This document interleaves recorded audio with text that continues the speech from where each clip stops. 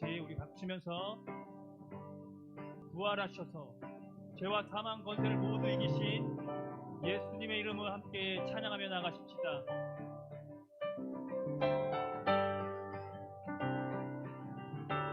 다 같이 주의 이름 높이며 주의 이름 높이며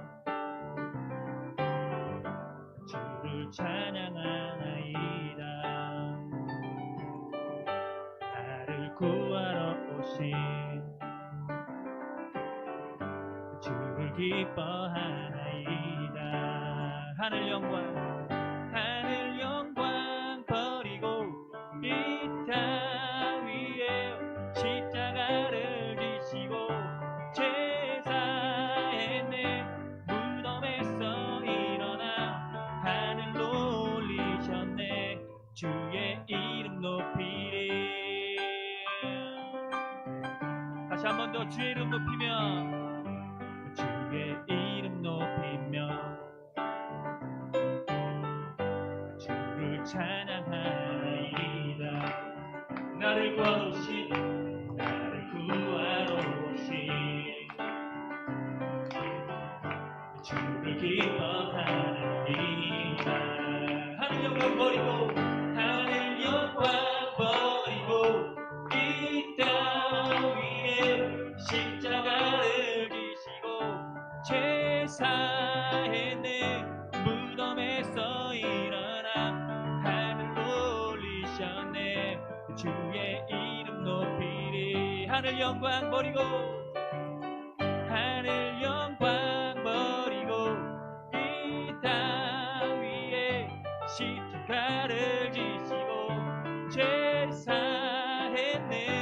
무덤에서 일어나 하늘로 올리셨네. 주의 이름 높이. 한 번 더. 하늘 영광 버리고 이 땅 위에 십자가를 지시고 제사했네. 무덤에서 일어나 하늘로 올리셨네. 주의 이름 높이리. 주의 이름 높이리. 박수로 찬양과 영광의 박수를 내게 올려드립니다.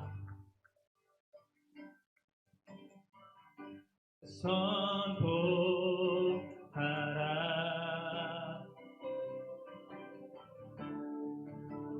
부활하신 영광의 주 아름다운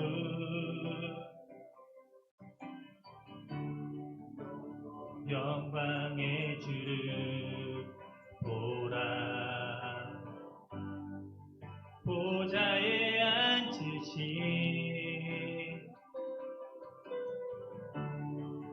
그 어린 양 예수, 다 무릎 꿇고서 주 경배하리라. 선포하라.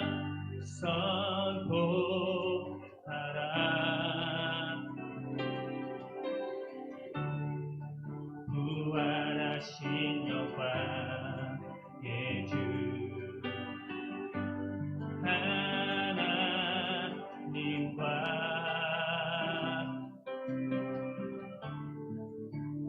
화목하게 하신 주 찬송과 존귀와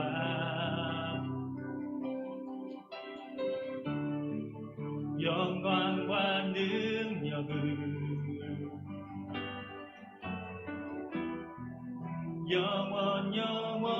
영원토록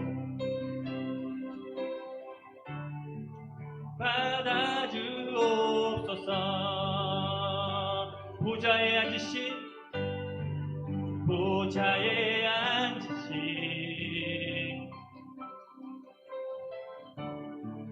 그 어린 양 예수, 다 무릎 꿇고서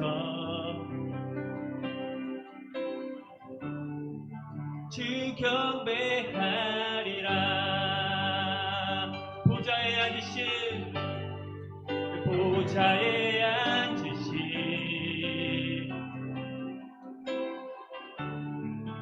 그 어린 양 예수, 다 무릎 꿇고서 주 경배하리라. 찬송과 존귀와 영광과 능력을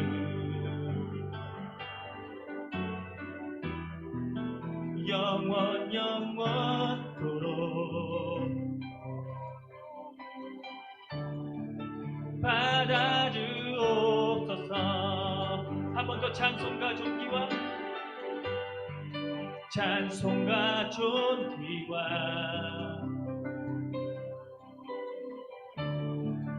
영광과 능력을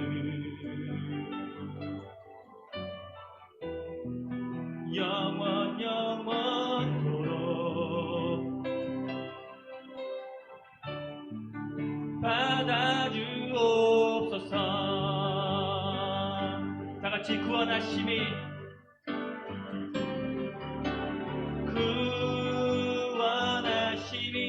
보좌에 앉으신 우리 하나님과 어린 양께 있도다.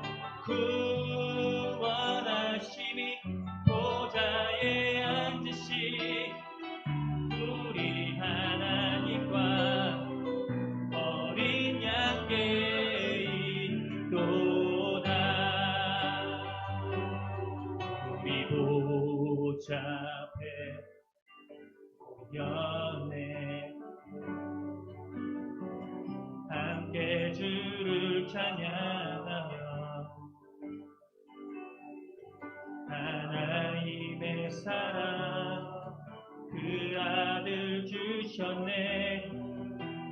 그의 피로 우린 구원받았네. 십자가에서 쏟으신 그 사랑 강같이 온 땅에 흘러 각 나라와 족속 백성 방언에서 구원받고 주 경배드리네. 구원하심이 보좌에 앉으신 우리 하나님과 어린 양께 있도다. 구원하심이 보좌에 앉으신 우리 하나님과 어린 양께 있도다. 한 번 더 구원하심이 보좌에 앉으신 구원하심이 보좌에 앉으신 우리 하나님과 어린 양께 있도다. 구원하심이 보좌에 앉으신 우리 하나님과 어린 양께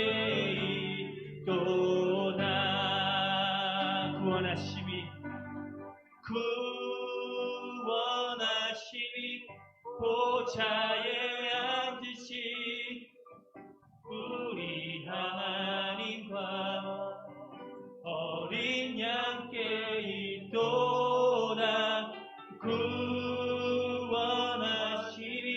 보좌에 앉으신 우리 하나님과 어린 양께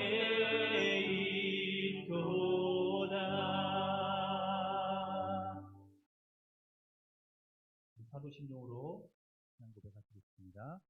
전능하사 천지를 만드신 하나님 아버지를 내가 믿사오며 그 외아들 우리 주 예수 그리스도를 믿사오니 이는 성령으로 잉태하사 동정녀 마리아에게 나사 본디오 빌라도에게 고난을 받사 십자가에 못 박혀 죽으시고 장사한 지 사흘 만에 죽은 자 가운데서 다시 살아나시니 하늘에 오르사 전능하신 하나님 우편에 앉아 계시다가 저리로서 산자와 중자를 심판하러 오시리니 성령을 믿사오며 거룩한 공의와 성도가 서로 교통하는 것과 죄를 사하여 주시는 것과 몸이 다시 사는 것과 영원히 사는 것을 믿사옵니다. 아멘.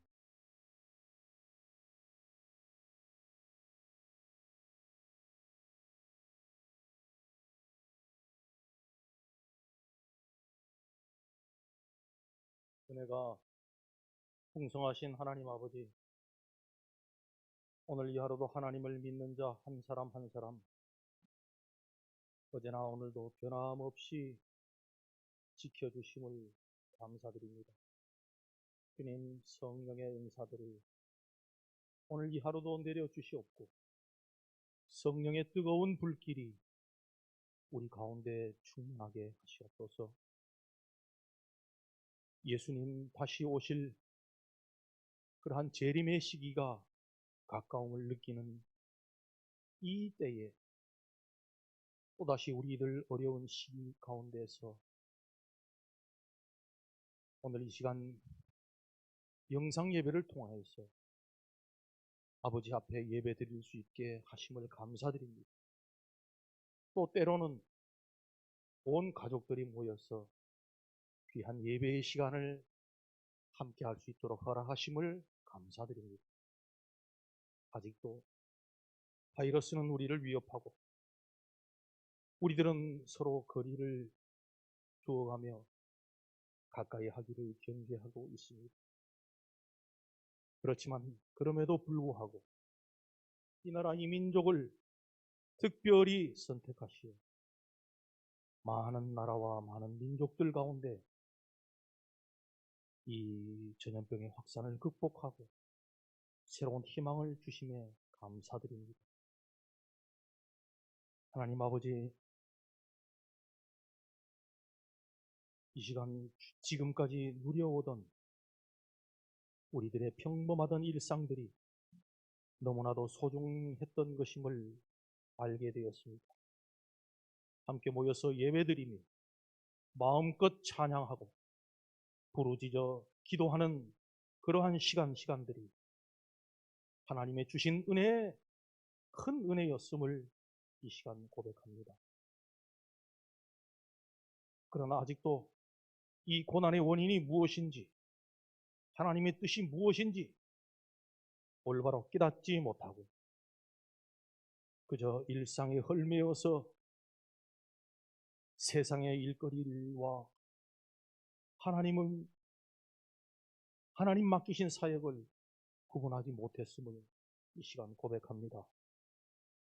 하나님 아버지, 이 고난과 역경을 견디어가는 하나님의 백성들을 보시옵소서. 내가 가는 길을 그가 아시나니 그가 나를 연단하신 후에는 내가 정금같이 나아오리라. 우리가 또다시 아버지 앞에 분연히 일어나 그리스도인으로 회복되게 하시고 십자가 군병되어서 싸우게 하시옵고 승리하게 하시옵소서. 하나님 아버지, 이 전염병이 번져가며 이 어려운 처지로 고통받고 있는 많은 사람들이 있습니다. 이나 연로한 어른들이 주여 보살핌을 받지 못하고 건강을 주님 위협을 받는 그러한 일들이 많으며 주님 간섭하여 주시옵고 또한 아이들의 건강과 안전을 주님 지켜주시옵소서. 일자리가 줄고 자영업의 쇠퇴로 힘에 겨웠고 주님 전염병으로 인해서 이 사회의 급격한 변화가 느껴지는 이때에 지금까지 주님께서 그리 하셨듯이 하나님의 백성들과 하나님의 자녀들을 주여 불기둥과 구름기둥으로 인도하여 주시고 주여 메추리와 만나로 먹여주시기를 주님 믿습니다. 아버지여, 한편으로 더욱이 이 어려운 때에 주님 험난한 선교지에서 사탄과 싸우며 말씀을 전하는 많은 선교사님들을 주여 언제든지 주님의 품 안에서 안전하게 지내기를 원합니다. 아버지여, 우리 교회를 주님 특별히 위해서 기도드립니다. 아버지여, 목사님이 그의 종이 오기까지 아버지여 이끌어 나가는 우리 성도님들과 집사님들 그리고 권사님들 그리고 장로님들 우리 목사님과 전도사님들 주님 일일이 기억하여 주시옵고 이러한 때에 묵묵히 주의 사역을 감당하는데 주여 용기를 주시옵고 힘을 주시옵소서. 주님 주실 것을 믿습니다. 오늘 하나님 말씀을 전하신 빛된 교회 김창렬 목사님을 주님 기억하여 주시옵고 성령의 두루마리로 덧입혀 주옵소서. 주여 그가 하는 하늘의 메시지를 전할 때 우리가 아멘으로 화답할 수 있도록 주님 인도하여 주시옵소서. 모든 말씀을 살아계신 예수님 이름으로 기도드렸습니다. 아멘.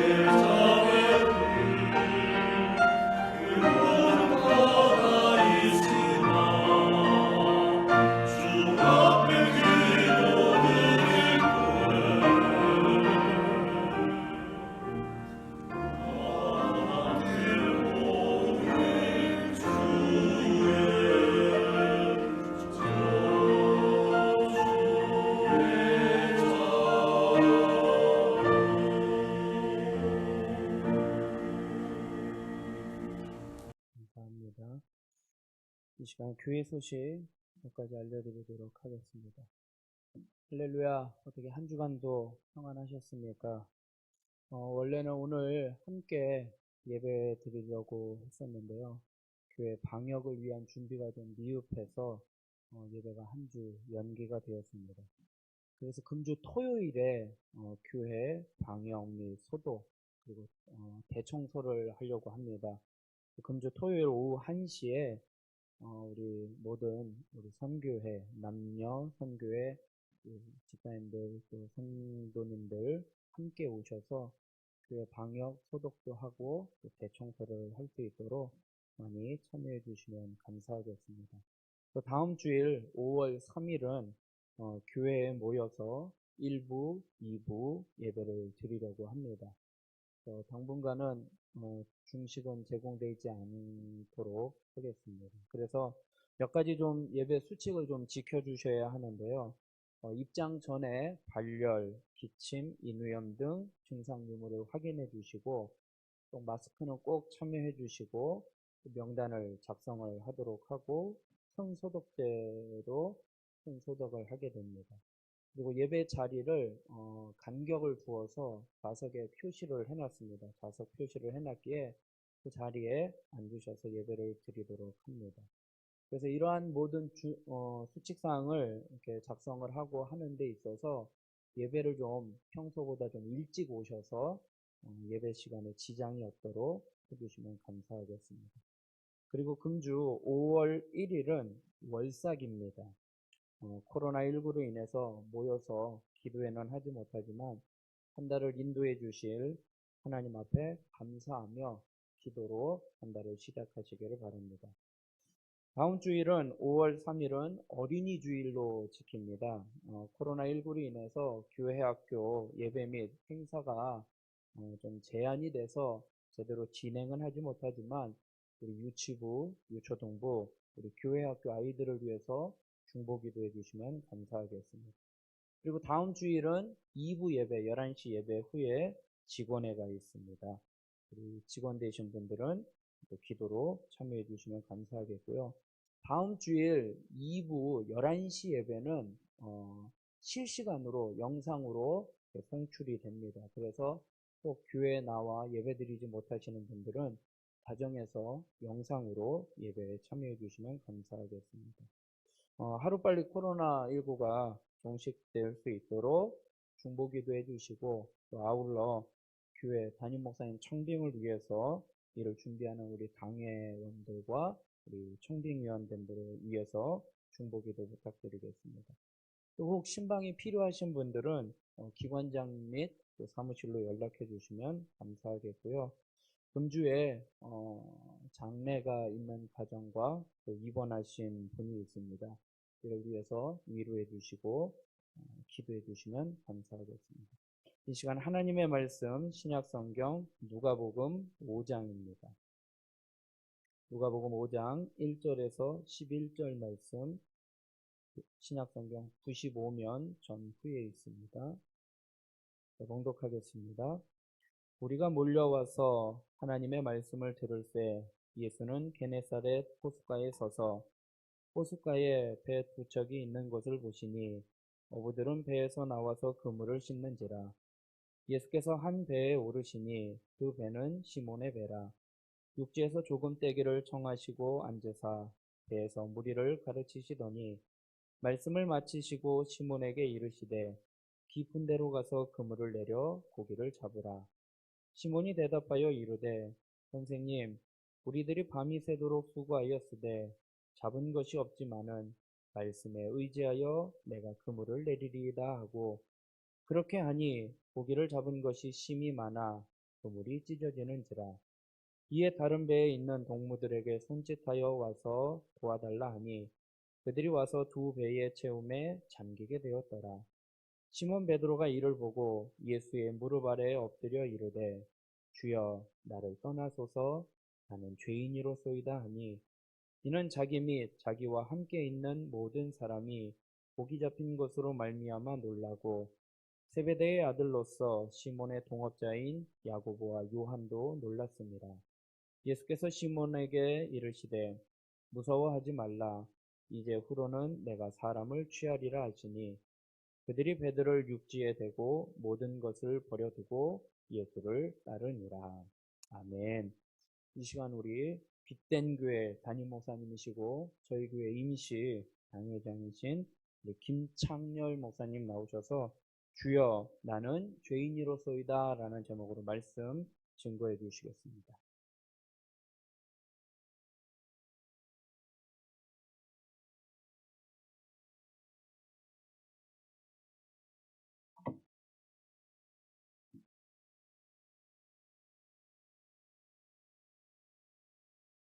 제 이름 때문에 헷갈려 하시는 분들이 계시다는 이야기를 들었습니다.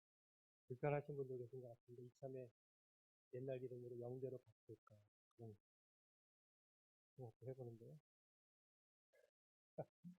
기도하겠습니다. 참 좋으신 하나님, 이 시간 하나님의 생명의 말씀을 함께 나누려고 합니다. 2000년 전에 기록된 말씀이라 우리가 오늘의 언어로 재해석해서 전달하는 것이 쉽지 않습니다.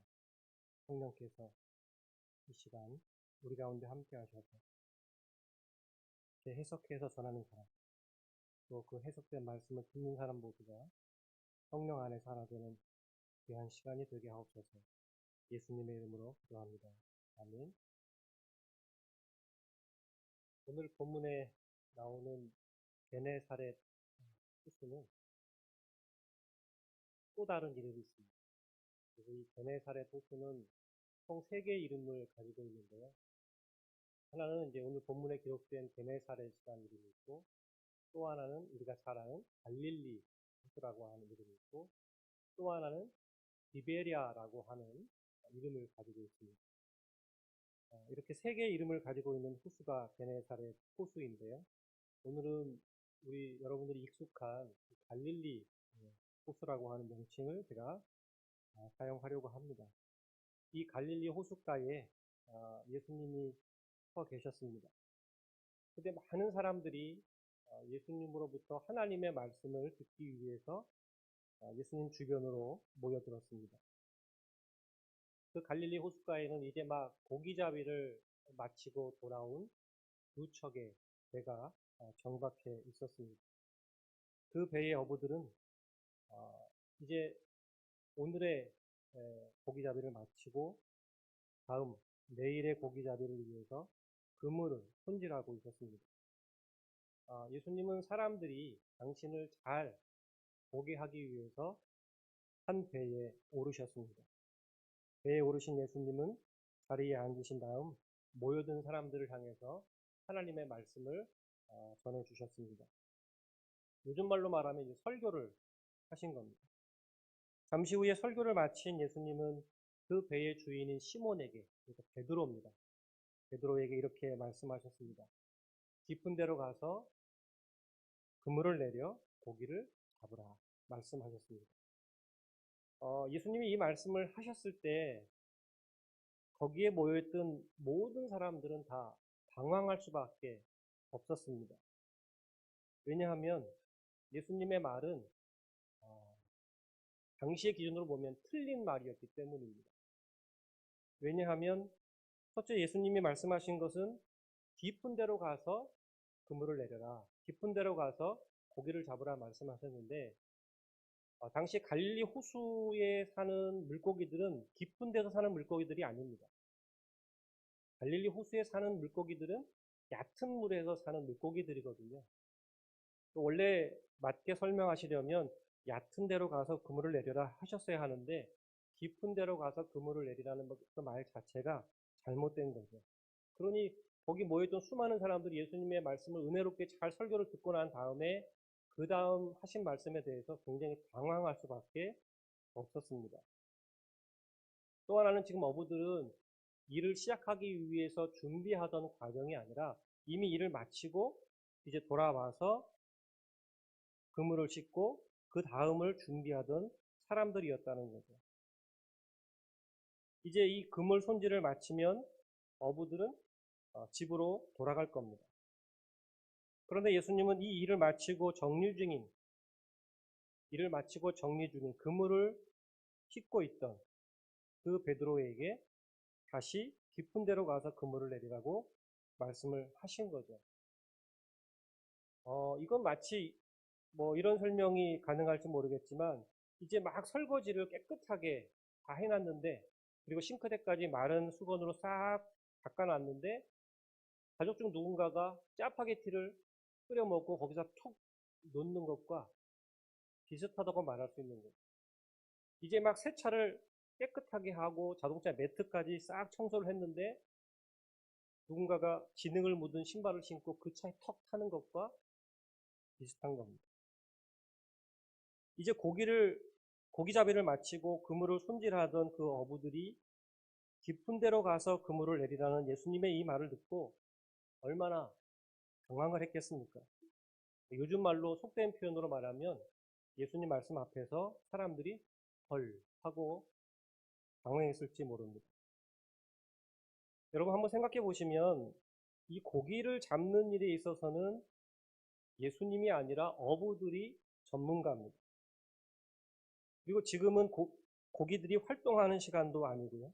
뿐만이 아니라 갈릴리 호수에 사는 물고기는 앞서 말씀드린 것처럼 깊은 곳에서 사는 물고기들이 아니라 대부분이 다 얕은 물가에서 사는 고기들이었다는 겁니다.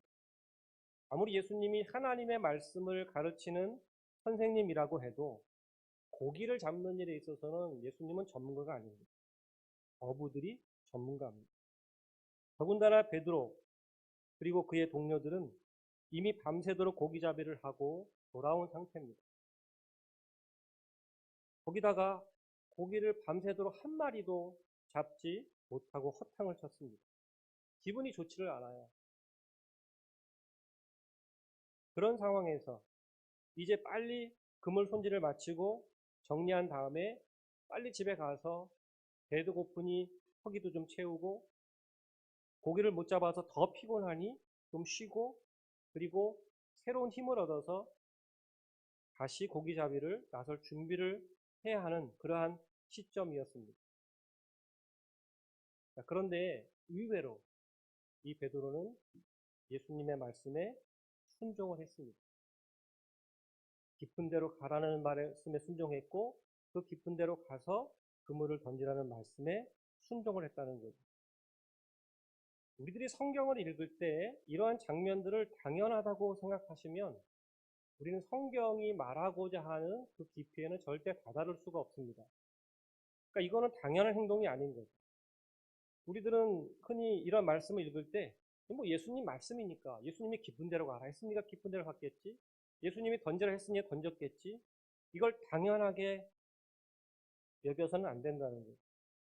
예수님 말씀이니까 당연히 들어야지 자기가 어떻게 할 거야. 자기가 어쩔 거야 라고 쉽게 생각해서 안 된다는 겁니다. 성경이 자세하게 이 모든 것들을 다 기록하지는 않았지만 베드로와 예수님은 오늘 처음 만난 사이가 아닙니다.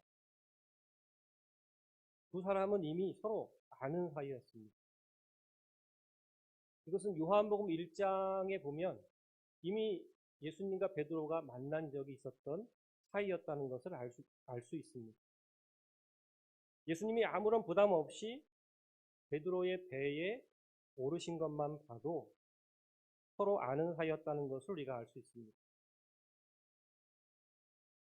혹시 여러분들 가운데 예수님이시니까 아무 배에 그냥 올라가도 된다라고 생각하시는 분이 계실지 모르겠습니다. 그런데 그런 생각은요, 바람직하지 않습니다. 예수님을 예의도 모르는 그런 무례한 사람으로 만들면 안 됩니다. 예수님은 모든 일 마음대로 해도 되는 분. 예수님이니까. 모든 것을 다 마음대로 모르는 사람, 처음 보는 사람한테 반말을 하고 또 처음 보는 사람 배에 딱 올라가고 처음 보는 사람한테 막 명령하고 이런 무례한 사람으로 예수님을 만들면 안 된다는 거예요. 예수님이 하나님의 아들이시니까 뭐든지 마음대로 해도 되는 분이다. 그렇게 이해하면 성경이 말씀하려고 하는 그 내용을 깨닫기가 점점 더 어려워집니다. 분명한 사실은 오늘 이 배에서 행하신 예수님의 그 말씀, 예수님의 그 설교에 이 베드로가 굉장히 큰 은혜를 받은 것만큼은 분명해 보입니다. 예수님이 무슨 말씀을 하셨는지 성경은 기록하지 않아요. 궁금한데 기록하지 않습니다. 알 수는 없습니다. 그러나 베드로가 은혜를 받았습니다. 큰 은혜를 받은 게 분명한 거예요. 그래서 오늘 5절 말씀에서 베드로가 뭐라고 얘기합니까? 그 말도 되지 않는 예수님의 그 명령에 대해서 베드로가 어떻게 응답하느냐 하면 선생님, 우리들이 밤이 새도록 수고하였으되 잡은 것이 없지만은 말씀에 의지하라. 말씀에 의지하여 내가 그물을 내리리. 무엇에 의지하여? 말씀에 의지하여. 이게 무슨 말이냐면 은혜를 받은 거예요. 베드로가 큰 은혜를 받았습니다. 예수님의 그 말씀 말도 안 되는 거예요. 자기가 어부 생활하면 몇십 년인데, 이 갈릴리 호숫가에서 어부 생활한 게 몇십 년인데 예수님의 그 말은 맞지 않는 말씀이에요. 그런데 은혜를 받은 베드로는 그 예수님의 말씀 앞에서 자신의 고기잡이 경험을 내려놓은, 자신의 경험, 자기가 알고 있던 지식을 예수님의 말씀 앞에서 내려놓는 거예요. 갈릴리 호수에 대한 지식도 예수님 말씀 앞에서 내려놓는 거예요. 그게 은혜 받은 사람이라고 하는 증거입니다. 은혜 받은 사람은요, 자기를 내려놓는 거예요. 그게 은혜 받은 사람이고 그것이 하나님을 경험한 사람들입니다. 저는 가끔 듣는 이야기가 있어요. 어떤 분들이 그런 얘기를 합니다. 감옥의 집사는 참 믿음이 좋아. 헌금도 잘하고 교회 생활도 열심히 잘하고 봉사 생활도 열심히 하고 참 믿음이 좋은데 성격이 좀 그래요. 저는 그런 얘기를 꽤 많이 들은 것 같아요. 감옥의 집사의 성격은 하나님도 못 고쳐. 그런 이야기도 제가 들을 때가 있습니다. 그런데 여러분요, 저는 그렇게 생각해요. 그거는 그래서 좀 죄송한 말이지만 그런 분은 스스로 내가 정말 하나님을 믿는가?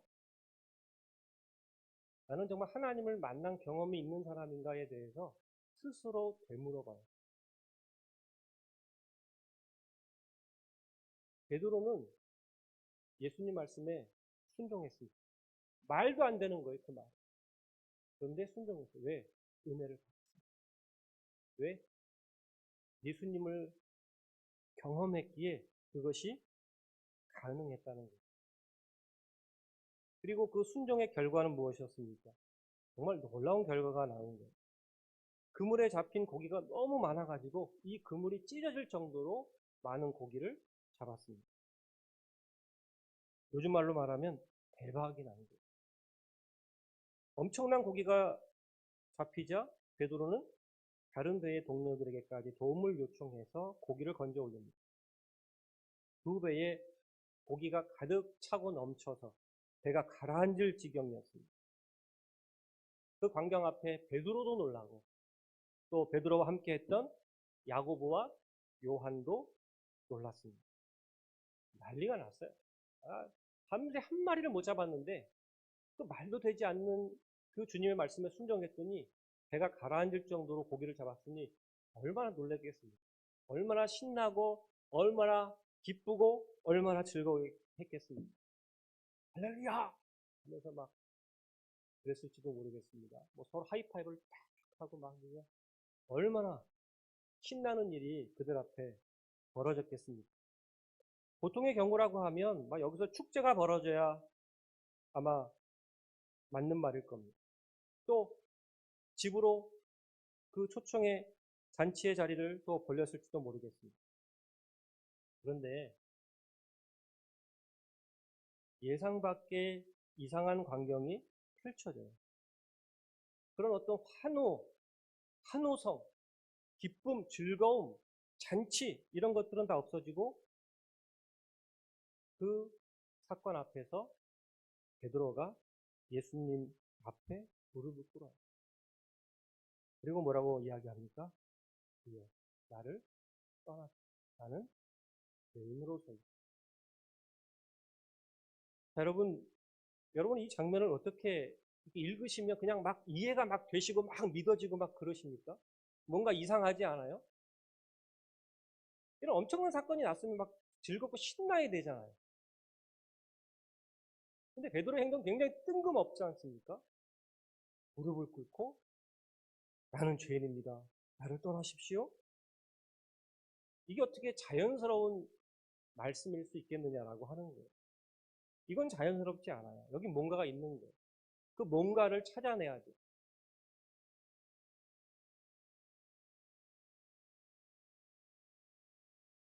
보통의 경우 예수님께 그렇게 말씀드릴 수도 있어요. 그죠? 예수님, 감사합니다. 예수님 덕분에 제가 이렇게 많은 고기를 잡게 되었으니, 주님 여기 가만히 계지 마시고 저희 집으로 가시죠. 제가 좀 맛있는 거 대접해드리고 싶습니다. 그렇게 하는 것이 더 정상적으로 보입니다. 집으로 초청해서 예수님을 극진하게 대접하고 맛있는 것도 좀 만들어드리고, 그리고 예수님이 돌아가실 때는 모두 좀 챙겨드리고, 봉투 좀 챙겨서 예수님이 활동하실 때 좀 여비로 쓰실 수 있도록 좀 돈도 좀 챙겨드리고 하는 게 그게 더 정상적인 거지. 이런 거 전혀 없이 대뜸 무릎 꿇고 주님 나를 떠나서서 나는 죄인으로서이다. 이거는 전혀 정상적이지 않아 보인다는 거예요. 혹시 베드로가 음식값이 아까워서 그랬을까요? 아니면 집에 계신 여주인께 허락을 안 받고 괜히 다른 사람 외부인 초청했다가 아내한테 혼날까봐 그랬을까요? 당연히 그런 건 아닐 겁니다. 그러니까 우리가 이런 이야기를 읽을 때 우리가 흔히 생각하는 건 이런 거잖아요. 아, 예수님의 말씀에 순종했더니 베드로가 복을 받았다. 우리도 예수님께 순종하자. 근데 이 이야기 앞에서 우리가 이렇게 결론을 내리는 거는요, 좀 뭐랄까요. 그게 틀린 건 아니죠. 맞는 말이고 맞는 생각입니다. 예수님 말씀에 순종해야죠. 하나님 말씀에 순종하면 복을 받습니다. 그건 분명한 사실이죠.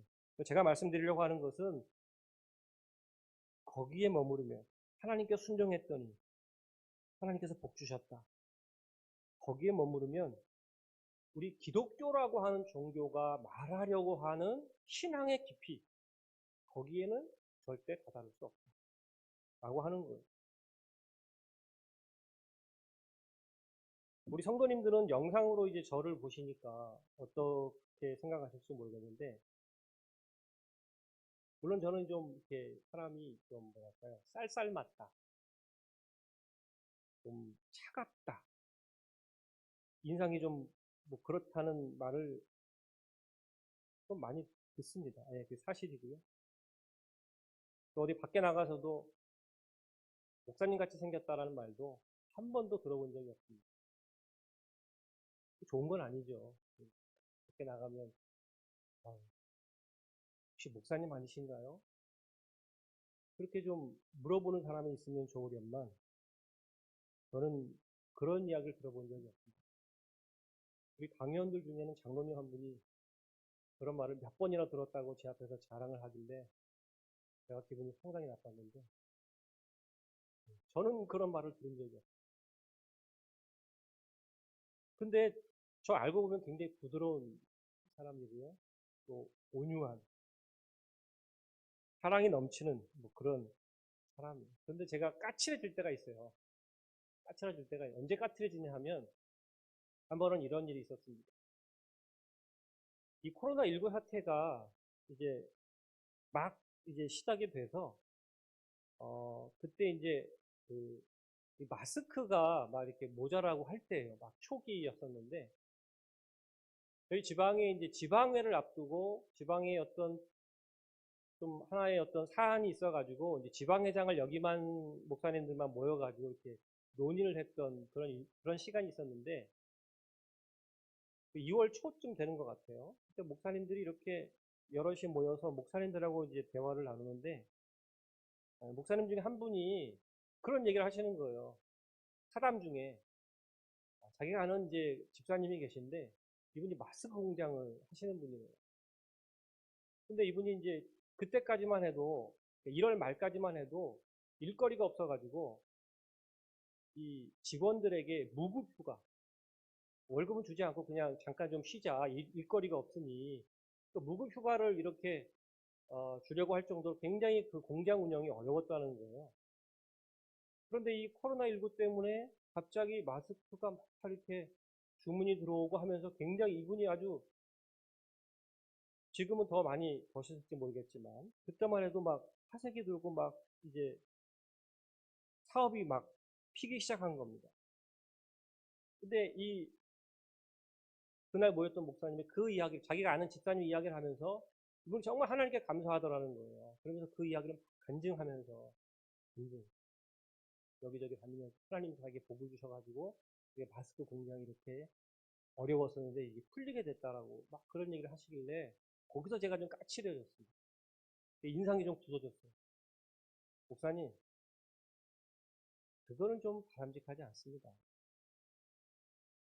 또 코로나19 때문에 어려움을 겪는 분들이 한둘이 아닌데 우리 성도된 입장에서 내가 하는 공장이 잘 됐다고 해서 내가 하는 공장이 좀 더 돈을 많이 벌게 됐다고 해서 그게 하나님께 감사할 일은 아닌 것 같습니다.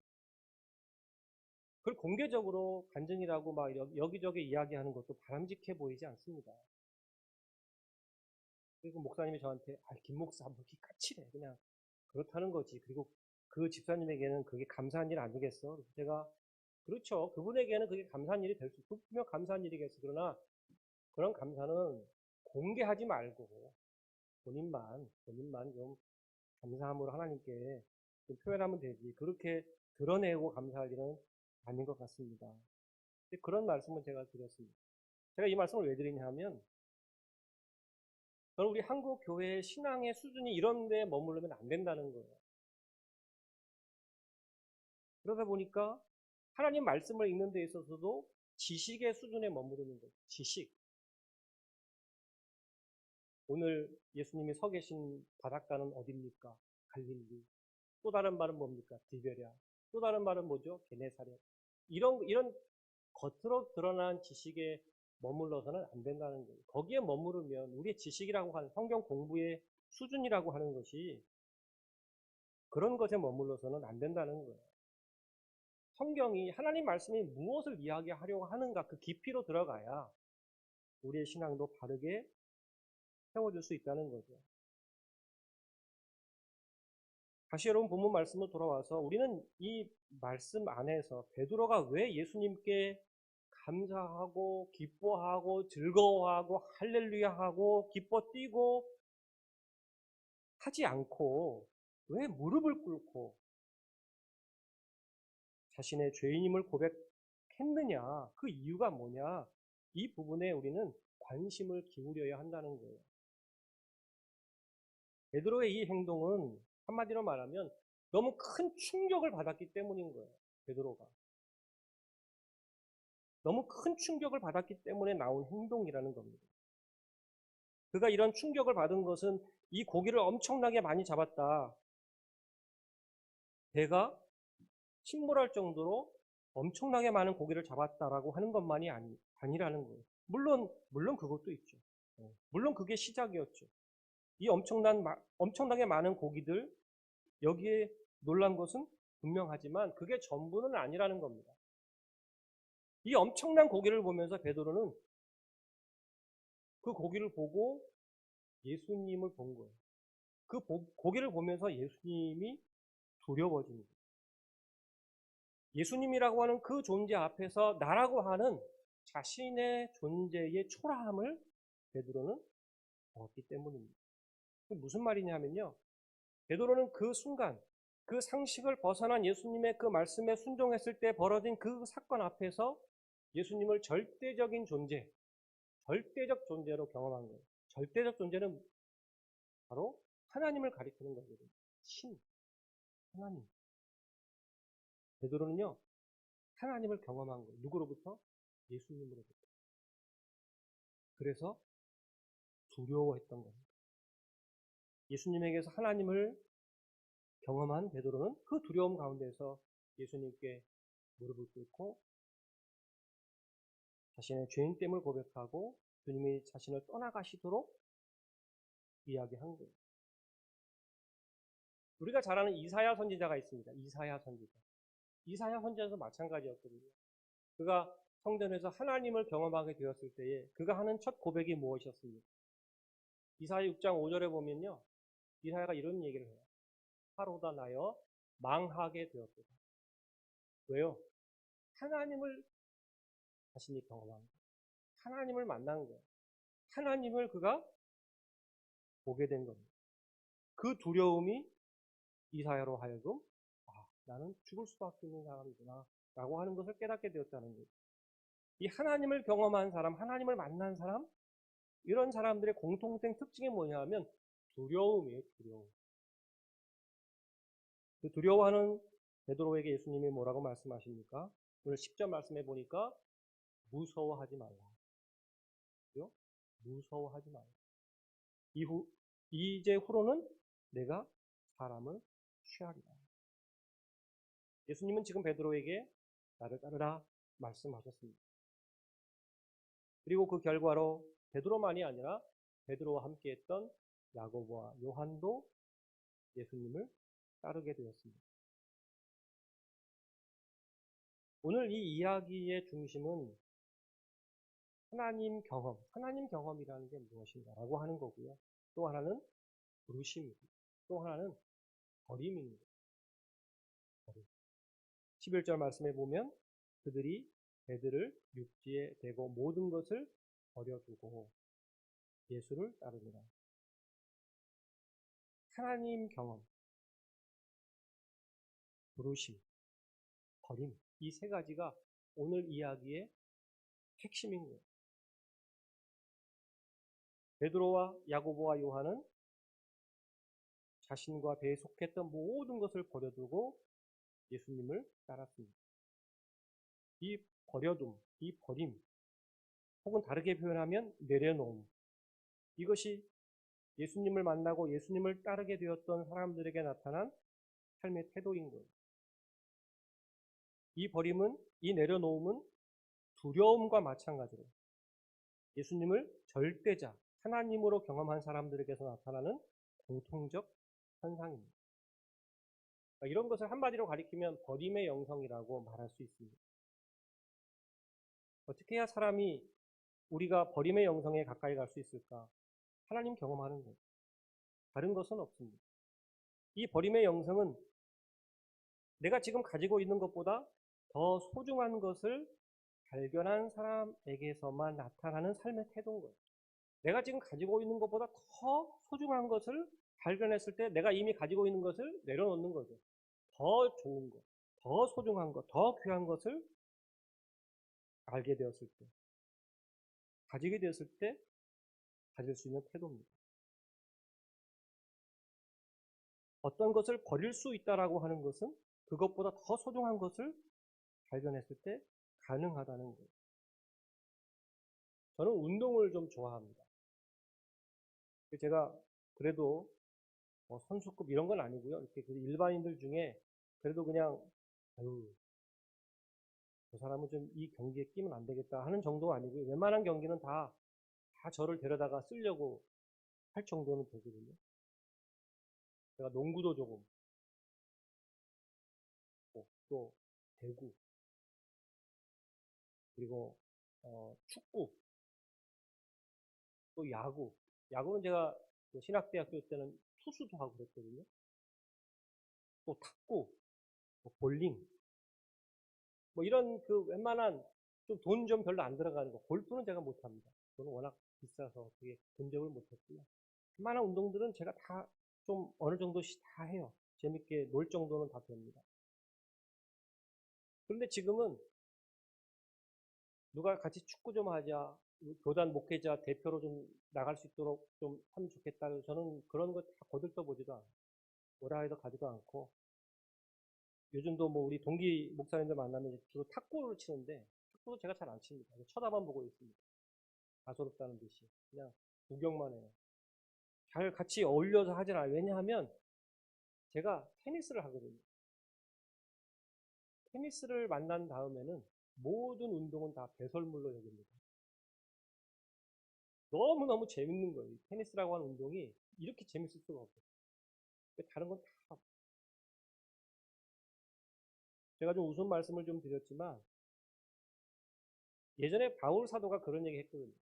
내가 예수를 알고 예수를 만난 다음에는 모든 것들을 내가 다 배설물로 여깁니다.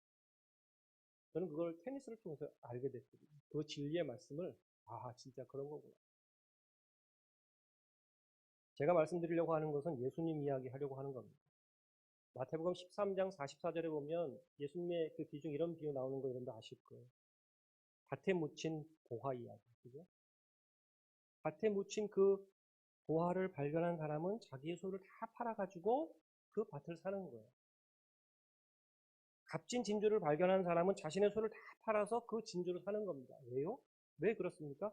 더 소중한, 더 귀한 것을 발견했기 때문인 거예요. 그래서 그 이전의 것들은 버릴 수 있는 겁니다. 제가 지금 이 버림의 영성을 잠깐 말씀드리는데 혹시라도 여러분들이 오해하실까봐 높아심에서 제가 말씀드리는데요. 제가 이 버림의 영성을 말하는 것은 모든 것들을 다 버려라 그런 거예요. 돈도 버리고 명예도 버리고 권력도 버리고 뭐 그런 말씀을 드리는 게 아니에요. 저에게도 뭐 은행 통장도 있고 신용카드도 있고 스마트폰도 있고 노트북도 있고 다 있습니다. 버리라, 버려두라, 내려놓으라라고 하는 것은요. 이런 것들을 갖다가 쓰레기통에다 갖다 버리라는 게 아니라 소유하지 말라는 게 아니라 이 모든 것들은 다 상대적인 것들이라는 것을 알라는 거예요. 제가 아브라함 말씀드리면서 그런 말씀 비슷한 걸 드렸는데 세상에 존재하는 것들은요. 돈이든 명예든 권력이든 다 상대적인 거예요. 상대적이라고 하는 것은 뭐냐면 영원하지 않다는 거예요. 영원하지 않다. 이런 것들은 우리에게 도구의 도구. 섬김의 대상이 될 수 없습니다. 이 버림의 영성을 소유한 사람은요.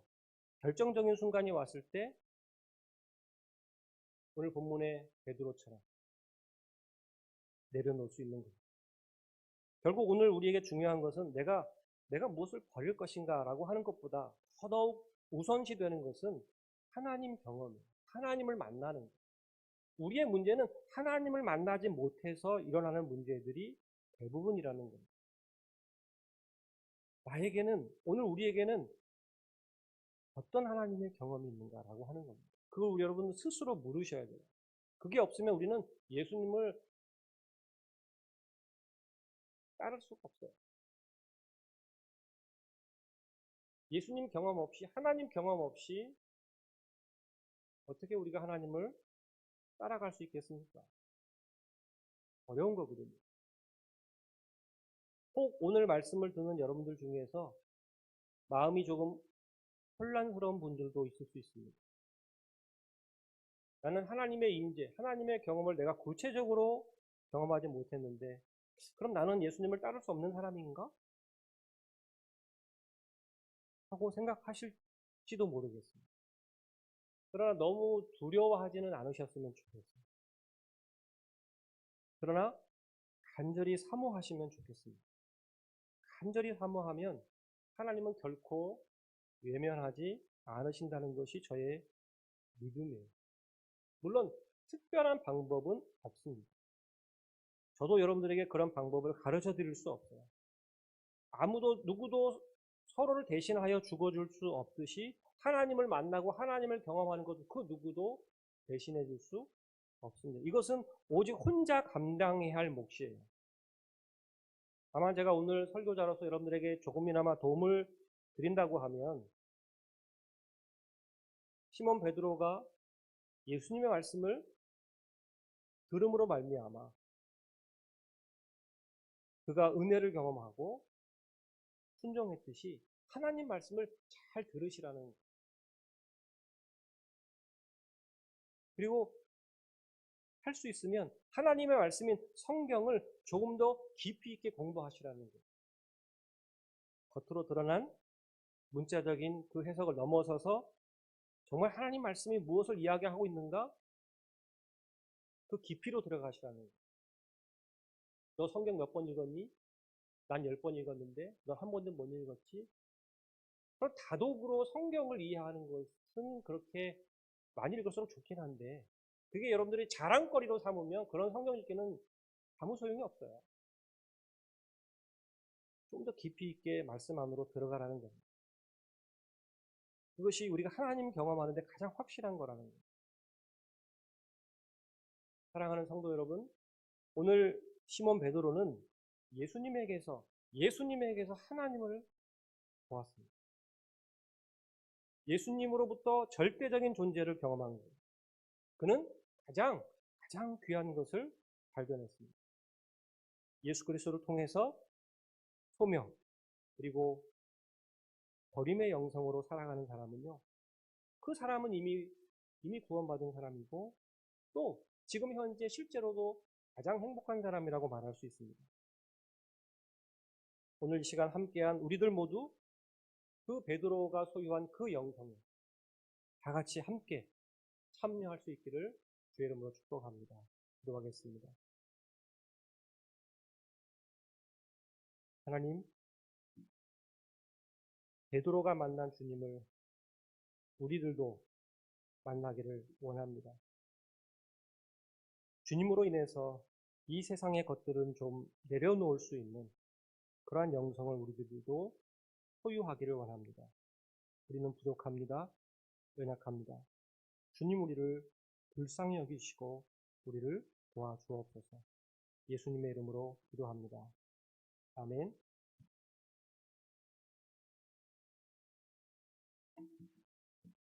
찬송가 302장 찬양 드리시면서 예물 드리는 시간 갖도록 하겠습니다.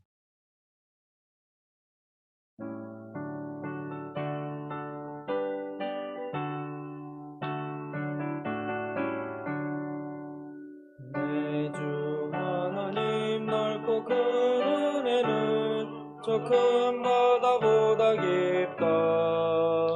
너고 닷줄을 끌러 깊은 대로 저 한가운데 가보라.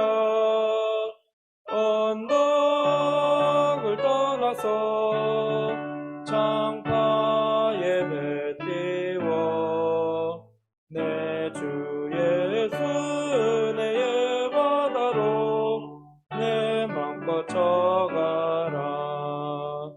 왜 너 인생은 언제나 거기서 저 큰 바다 물결 보고 금이 모르는 깊은 바닷속을 한 번에 헤아려 보나. 언덕을 떠나서 창가에 배 띄워 내 주 예수 은혜의 바다로 내 맘껏 쳐가라. 많은 사람이 얕은 물가에서 저 큰 바다 가려다가 찰싹거리는 작은 파도 보고 마음 약하여 못 가네. 언덕을 떠나서 창가에 배 띄워 내 주 예수 은혜의 바다로 내 맘껏 쳐가라. 자곡하거라 이제 곡하거라 저 큰 은혜 바다 향해. 자고 내 너를 더 깊은 데로 가라. 망망한 바다로 언덕을 떠나서 창가에 배 띄워 내 주 예수 은혜의 바다로 내 맘껏 쳐가라. 이 시간 목사님 드려진 예물을 위해서 축복 기도해 주시고 축도로 예배를 마치겠습니다.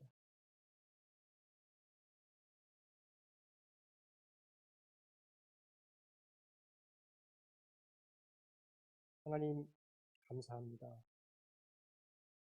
이 시간 우리 예배를 들으시고 우리를 기억하시는 하나님께 우리가 이 세상에서 소유한 것 중에서 가장 소중한 것들을 구별해서 하나님께 드립니다. 드린 손길 주님 귀히 여겨주시고 그들의 물질만이 아니라 하나님을 향한 그들의 사랑, 그들의 마음도 함께 받아주시기를 원합니다. 그러므로 그들의 드림이 헛된 것이 되지 않도록 날마다 일마다 필요와 때를 따라서 채워주시는 하나님의 은총을 경험할 수 있도록 하나님 복을 더하여 주옵소서. 이 귀한 예물이 쓰여지는 곳에 하나님의 이름이 영광 받으시기 원하고 우리를 원하신 예수님의 이름으로 축복하고 기도합니다. 아멘.